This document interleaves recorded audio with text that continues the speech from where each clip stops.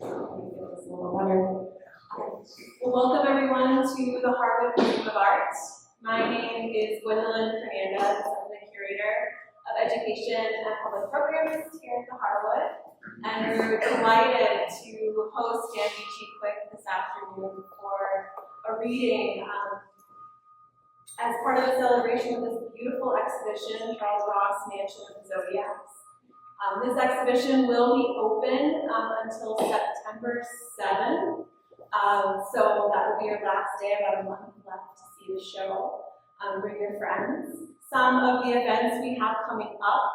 On September 5th, we will be hosting a closing party, which will include our normal first Friday from 4 to 7 with free admission. And then at 7 p.m., we will switch over for our star party for the evening. So we will have UNM Taos here with telescopes so that we can look into the night sky. Dallas Acid will be performing their celestial sounds here in the gallery. And we will have an astrology reader and a film about star axis. So many things going on, a way to say thank you and to celebrate this wonderful exhibition. So I do also want to take a moment to thank the folks that made this exhibition possible. So through the generous support of 203 Fine Art, Joyce and Sherman Scott, the Montmere Charitable Trust, Laurie Medley and Randall Johnson, Gus Foster, Sherry Livney and Steve Hanks, Taos County Lodgers Tax, Taos Arts Council, Dora and Carl Dillstone, and Janet Holmer and Sean Merman. We thank all of you for your generous support.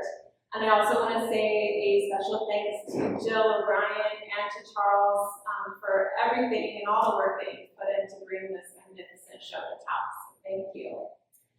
I also want to just say a few words about the workshop that several of us in the audience have been a part of this weekend. So we invited Dan down to lead a workshop about creative practice, the best way I can describe it.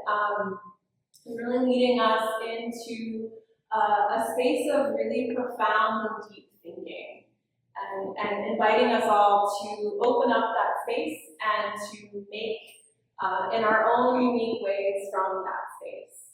So I know that he will be sharing some of his work that's inspired by that same process, and he'll tell you a little bit more about that as we go along. So without further ado, let me introduce Dan. So Dan Beachy-Quick is a poet, essayist, and translator whose most recent book is How to Draw a Circle, on Reading and Writing. His work has been long-listed for the National Book Award in Poetry and supported by the Montfort, Lannan, and Guggenheim Foundations.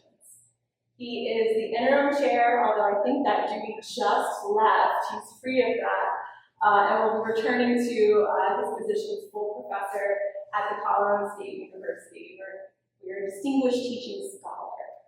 Let's welcome Dan.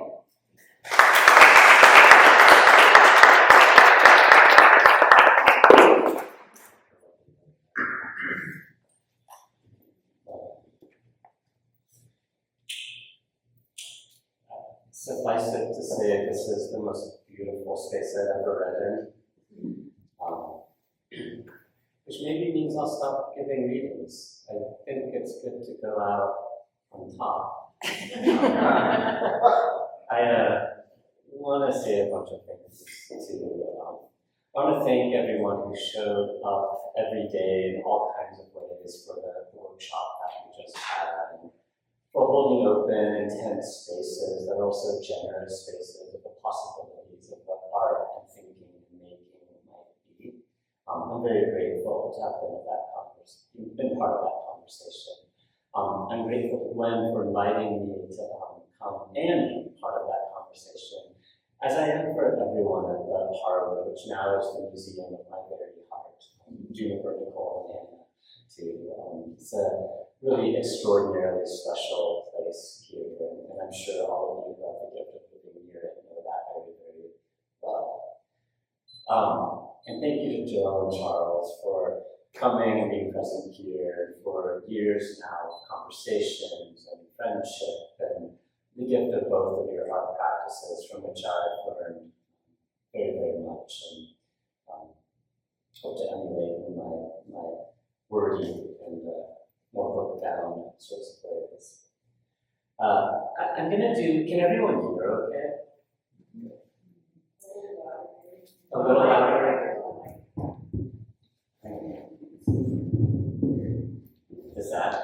Is that it? Yes, okay. Is that okay for you now? Okay. Thanks. So I'm gonna kind of read in two parts, and we'll read for about 35 minutes or so. And the first part is tied to work that I've been doing for the last couple of years. One of the ways I think I mentally survived not only being in germ chair, but the events of the last 7 months or so. I wake up every morning around 5:30 and I spend an hour translating Homer's Iliad. It's become a strange, very slow practice for me. And I'm just woken up, I'm having my first cup of coffee. I'm in that kind of strange, liminal, half anonymous space that dreams kind of reveal. And I'm there at one of the dawns of kind of human consciousness and human enterprise and human myth-making and storytelling. And it's been a real kind of refuge to me, and has also been illuminating in other ways. Like there's something about what's happening in the sheer avoidable insanity of what is happening in the 9th year of that Trojan War that feels also like a strange, sad companion to things that all of us are witness to now. And about, I'm 2 years in, nearly. I'm in book 5. It's going to take me 6.5 more years at my current rate to finish, which is a comfort to me, actually. But I had this strange thought. The Iliad was a poem that was memorized, 15,000 lines that people would memorize. Credited to Homer, no one knows exactly who, if anyone, Homer was. Homer might more properly be understood as collective. Those who memorized the Iliad were known as the Homeroi, the Homers. And my practice is I write out by hand all of the Greek with enough space to do a literal translation underneath, and then think in what ways I can to take that literal translation and make it a poem. And that early morning I had this strange thought that I myself was one of the Homeroi. One of these people who are countless in number, it happened so for millennia, who have memorized this poem in order to tell it again. And I thought, what would happen if I also, as I'm translating the Iliad, told my own Iliad with just one rule, that I couldn't start telling my version of book 1 until book 1 had been translated. I had this instinct in a way that I had to begin to forget in order to sing.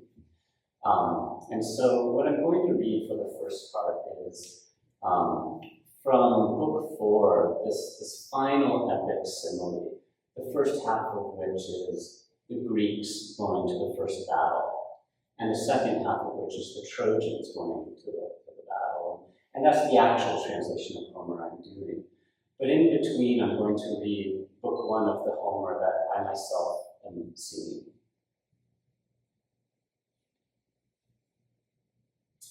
Just as the west wind blows wave after wave, crashing from sea to shore, each louder than the other, each wave newer, younger than the last, until the whole sea gathers into Origin's crest, and then an elemental rage shatters dry land, the swell drowning the hills around which it rises, churning salt into sea foam. So wave after wave of Greek soldiers endlessly marched to war, the leaders of each shouting out their commands. But the others kept silent, even you would say a vast silence flooded their breasts, for these men could make no sound, could have no voice. It's the silence fear offers, when fear is fear of authority. Their armor caught the sun's dappled, bright fire, sudden light and sudden dark. They tried to hide inside their cold bronze coats.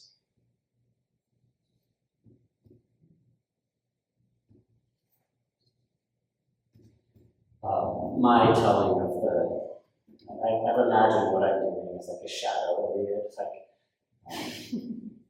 so this is called the shadow or bouquet. Wept into the sea, accused of wrath by ancient mouths countless times, which is true, but not honest. Ached and ran naked through the camp that night. The moonlight glows on the skin as armor glows. So swift no man could see me, I ran like some god's holy stag. A blur of light in the dark, the dogs raise up their heads only to lay them down on their paws again. A feeling so motherless ached as honest agony, my mind pulsed with the pain. Wept into waves, wave after wave said shh, shh, shh. Arms came near me only to draw away again. I wept, a grown man, a rage machine, and called out, Mother. The river Anxious is one of the names for the distant streams that weave together into ocean. The river Grief and the river of yesterday's summer are others. And the river I'll show you what means, whose waters, dense as olive oil, run through the river, forgive me, though the waters never mix. And then there is the river of a soldier's long hair flowing out behind him as he runs. Strange thoughts weep on the edge of the mind. The world comes together as knowledge falls apart. Gold bright in moonlight, read the omen, you seers. And when she comes, she asks you to tell her all you know. A goddess who knows all there is to know. That's what a mother does, coaxes you to talk to yourself until you learn to fall asleep on your own. And when she comes, she calls you by the only name you've ever known. Child, sweet technique, my technology. What is the knowledge a child holds? When what you love is taken from you, you love it all the more. Which doesn't feel exactly new, surprising as it is each time it happens, a wave drawing back and never returning. When in the night you want a drink of water and the cup is full of salt, everything tastes like tears when the sea is your mother. A wound can be healed by rubbing a balm on the blade that made it, and so a palm can be wounded. And the posset of wine and grain and crumbled cheese separates if you don't stir it. Rehearse the truths until they're true, and then ask God to intervene. One way to suffer less is to make others suffer more. Mother, the long hair flows out from the helmet as the soldier runs forward into the dust his own feet have raised, and I've seen it. I've seen how the river flag of countless threads flows out behind the head almost as if forever, past the battlefield and over the Aegean, over the rocky islands where the dumb goats graze on thin grass, and time is what?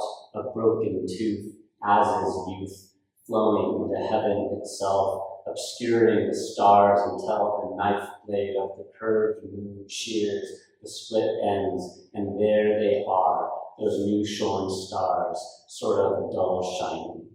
And you can grab the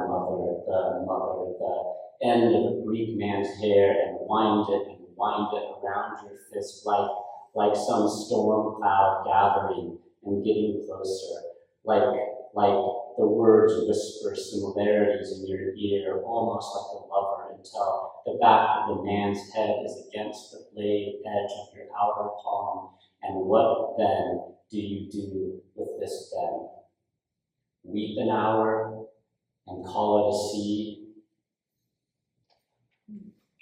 or memorize the tangled minutes of the teeth of the comb caught in the boy's long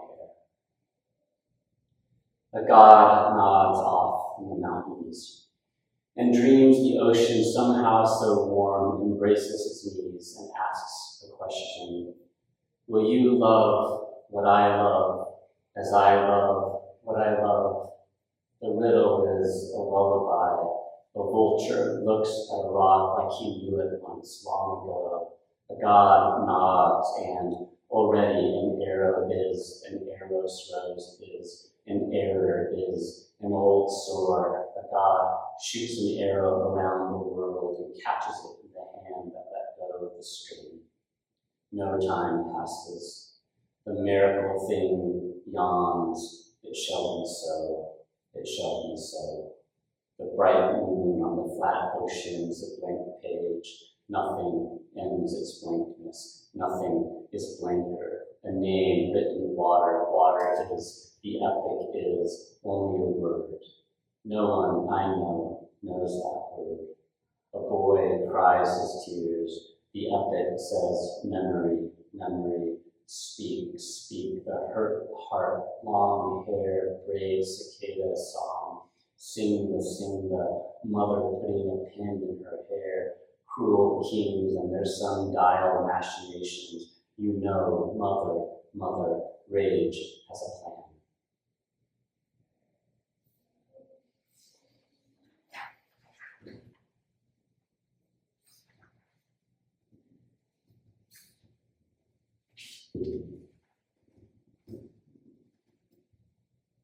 Back to Homer. And of the Trojans, like a man so rich he cannot count the ewes standing in the stable, white sheep waiting to be milked, white milk in a dark pail, and the ewes bleat and won't stop bleating as they listen for their lambs to answer, but the crying out deafens them to the calling back.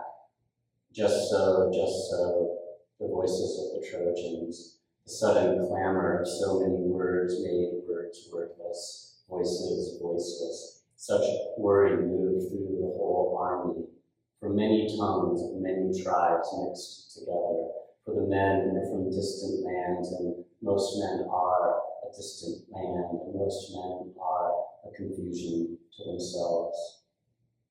Ares urged on the Trojans, and Athena, eyes bright as bronze, fought for the Greeks, and terror and fear and strife with rage insatiable for slaughtering men, these sisters of Ares, each fought, but fought for no side.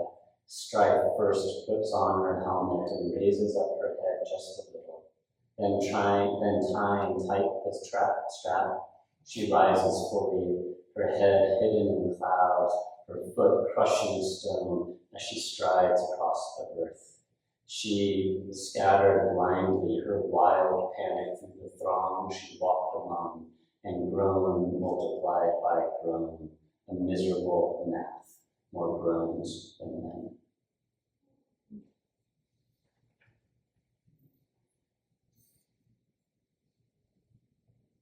That was part one. And in honor of the workshop for the last 2 days, and in honor of the art that the workshop gathered around, the second part I'm naming Cosmic Rose and or Charles Ross. I'll tell a little bit about poems as we go along. The first, a dear friend of mine is a potter named Del Haro, and he is obsessed with moon jars, the great Caribbean form of ceramics, which got me obsessed with moon jars. And in a weird way, that poetry can just decide to make things happen. I thought there should be a sun jar, and so this is titled Sun Jar. Can't go for Del Haro. I should also say, all of these poems are trying to think through, cosmos and wild and accurate kinds of ways. And that word in ancient Greek veers everywhere from pattern, order, world, universe, all the way down to adornment, like the way in which an earring or a necklace might be understood as the kind of cosmic adoring and adornments and cognate in a way. The sun is two half moons joined together. The sun is blazed bright yellow. A child says the sun burns on its own happiness. Time said the sun is hungry enough to eat another sun, and time would know. Time eats all the suns, and time tricked ate a swallowed stone. All flesh is grass, and all grass is the carver of idols looked up at the sun and broke the gods apart. All is one, says Abraham, Aleph, the sun's letter A. Had to learn by myself what everyone else already knew. Subdue every passion, and still the dry earth won't grow, won't sing a green oratorio. Grain invisible within us, drought is the sun letting his pleasure through. Make bright the vessels, for the sacred grain, the Tang emperor said, gold letters on his wash basin. Make it new as the sun makes the day new again, washing his face to make it rain.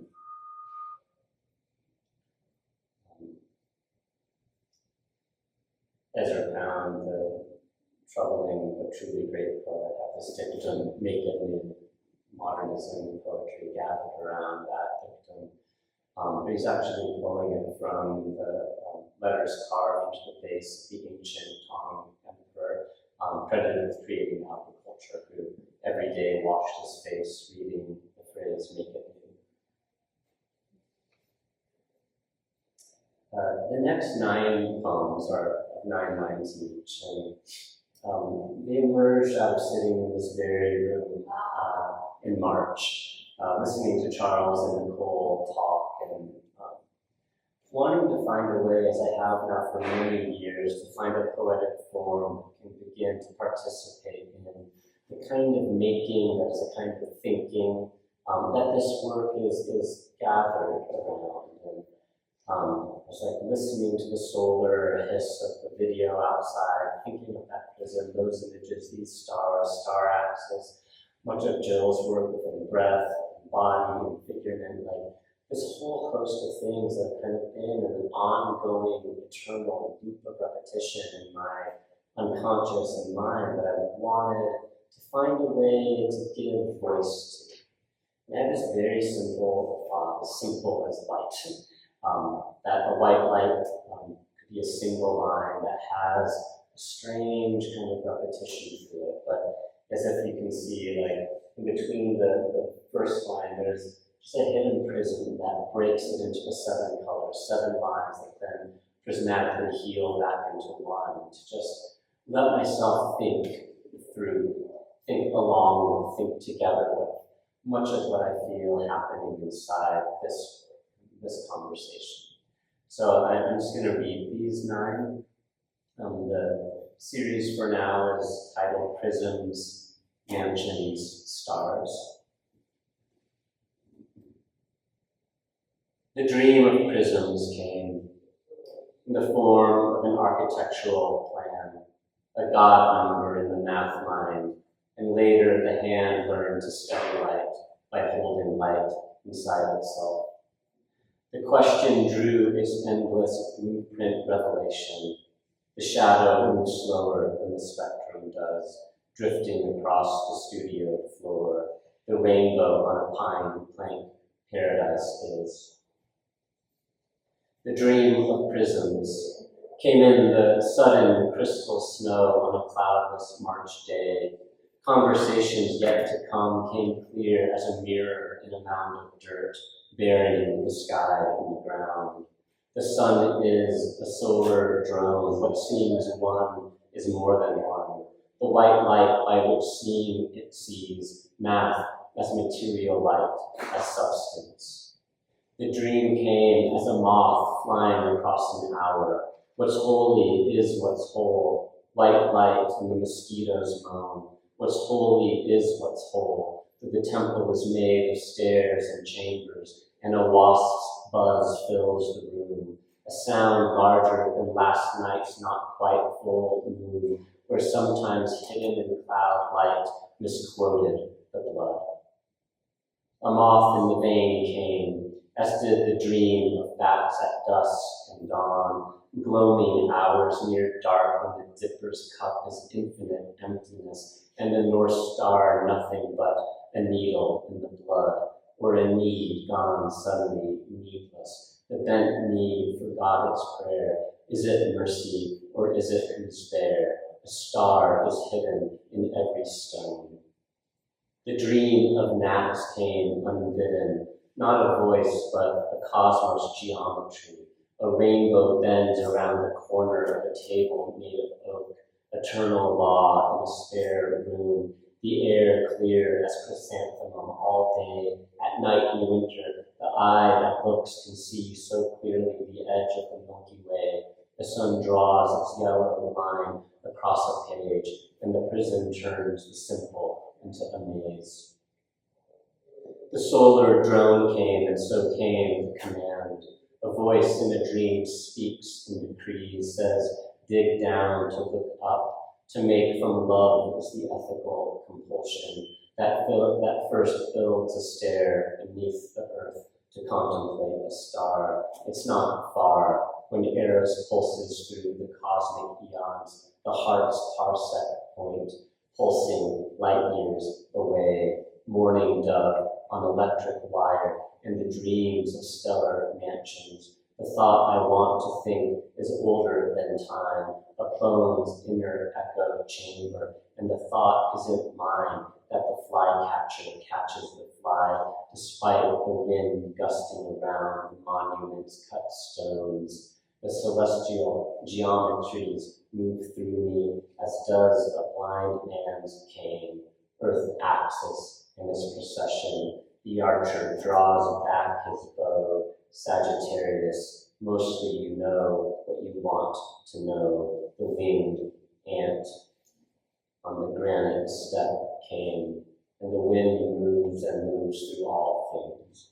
Juniper's blue bitter berries, Jupiter's angry red eye, Numa that blows thick clouds over naked Venus, and Mars goes retrograde, red with anger and shame. And to take a breath is to participate in the Orphic otherworld journey. You are a man with an alphabet and a song. The planets wander through the same sky. The stars came. And a star can sometimes be a golden light at the bottom of the stairs not long before in darkness climbed. The way up and the way down are one way, says the harmony that tunes the yellow warbler song to the shadow of the vulture's wing. What is it to learn to sing? A way of putting stone on stone, to point at or at a star.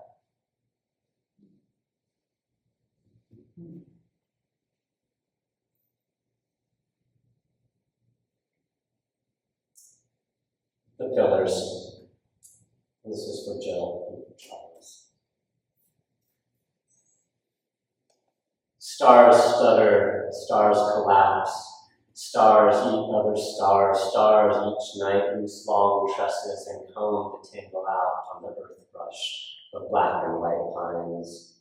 Slender as grass magnified spiritually, pines suffer desire when desire shakes loose the fragrant pins of the new economy, air's cargo of camphor and pencil sent as on shoulders from uplifted hair, moon the pendant on whose dark net cosmos of the unthought, the unsaid, the unsung. The unsung, that is the pond's outermost edge, water still at night, a pillar of darkness, water still at noon, a pillar of light.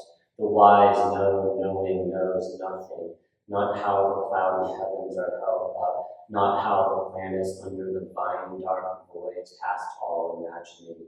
It's there still, simple as black ink on ancient silk, A scholar in a mountain hut ponders a pond beneath a pine. Teach me, teacher, and I'll learn. Look down to look up.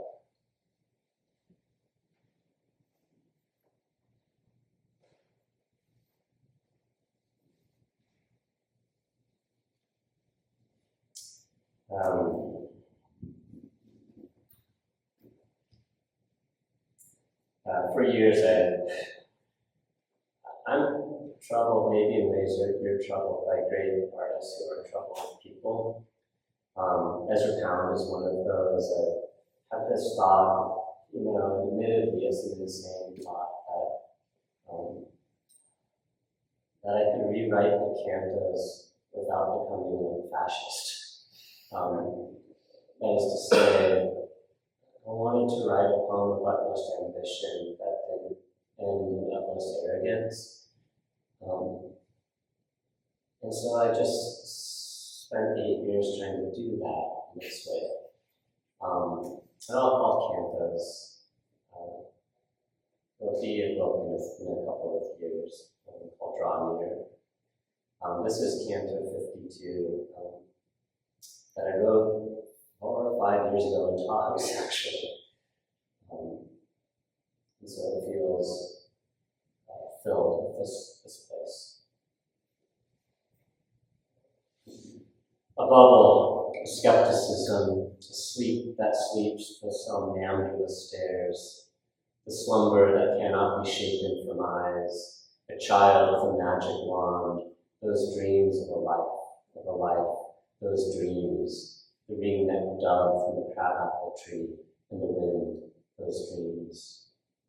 And the wind so strong it blows petals off branches, a pink so pale it has no name but in the dream, a petal no larger than a sequin, a bee's skull cap, a single letter's veil, naked, Aleph holds the mystery of her breath, safe hidden in the book of simultaneity. The muon moves through me, as if I wasn't there, and so it moves through the mountain, through the dove, and so moves the moon, through me as if there was no me, just a syllable of the eternal if, and for a while, it's true, the dove and the crabapple blossoms is the moon in the dawn clouds, and the moon wears an obsidian necklace. Or is it a ribbon of black silk, a quiet morning of alternates, a particle, a wave, both, but never at the same time? And the wind will blow the clouds away, later replaced by other clouds, seasons of other blossoms, other doves. First there was the word, and the word was, many words followed. The moon moves over the mountain. The dove flies from the tree.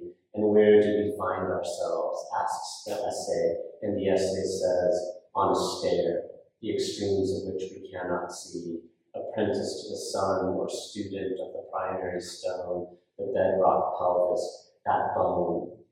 And the way up and the way down are one, logic, ratio, confession of debt and court of law, in the court of universal laws, that I have hidden inside myself as a body hides in the crypt, that I want to come out, guilty as charged, sentenced to a life of sunlight falling on me as it falls on every helpless thing. Logic, ratio, confession, all are translation of the same word. First there was the word, and the word was a saying, not a said thing, a kind of clearing, the threshing ground, the Aegon ring, a gate without a door, an infinite hut. The dove wears a necklace with a silver pendant moon. It is so hard to know what is true in the dreams, what translates from the inner gloom to the general doom, atoms and atoms, top, bottom, up, down, charm and strange, how strange it is, this good luck, this thisness of the world. The green grass pierces the trace of spring snow. In the dream's bubble, the man who is asleep is also at work in the world. And I'm going to end with a moon jar, which is for the poet Arthur Z. The full moon is two half moons joined. The old word for such a joint is harmony. Harmony joins the two halves of the moon together and makes the moon whole. There's a lot of emptiness inside the moon. The moon is made of this emptiness, and it displays the blinding white, blind as the open eyes of gods when, hearing a heartbeat, they open their eyes on the animal they hunt. Sometimes they hunt the moon, and sometimes the moon is the hunter. The moon has a heart, and that heart thinks and pulses, and I, who am saying I with you as you say I, am an echo of that pulse, or am I a thought that is the moon's thought? Life borrows light, borrows life. I like the middle, even if I have no choice but to be it. Or so I sometimes think, building so much by hand, building the moon by hand, building by hand my hands and building these thoughts. My head has feet and hands. The moon has a foot and a lip. And when the harmony limps or lisps, the moon needs a dark crutch to stay full and bright. Sometimes the moon is a bow drawn back. Sometimes it's the string of the lyre. Sometimes the moon is a pot filled with smaller moons, rings and earrings and some other singing that has no name but adorns the emptiness, adores and adorns the emptiness as it grows larger inside us.